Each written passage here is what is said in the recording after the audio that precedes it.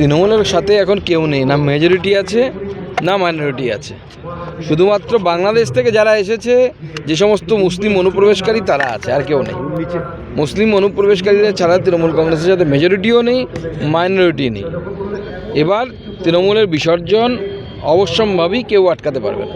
যে সমস্ত DM এসপিরা micro অবজারভারদেরকে সুরক্ষা দিতে পারছে না, সেই সমস্ত ডিএম এবং এসপির এগেনস্টে গ্রেপ্তারি পরোয়ানা জারি করা উচিত নির্বাচন কমিশন। সংখ্যার খেলা, সংখ্যাতত্ত্বের খেলা, কাজের কাজ কিচ্ছু হয় না। সেই রাজ্যে হবে কি করে? এই রাজ্যে বিজ্ঞানের জন্য ৮০ না ৮১ কোটি টাকা মতো দেয়া হয়েছে, আর মাদ্রাসা শিক্ষায় ৫,০০০ কোটি টাকা। হয় কিছু?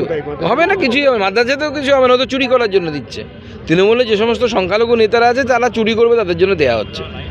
আবার ২-৪টে হাকিম সাহেব, নতুন হাকিম সাহেব আসবে, তাদের পাথরের দোকান হবে, কারো পর্শে গাড়ি হবে, আবার কোনো কাউন্সিলর ওরকম কত কোটি টাকার গাড়ি নিয়ে যেরকম প্রবেশ করেছিল সেরকম প্রবেশ করবে।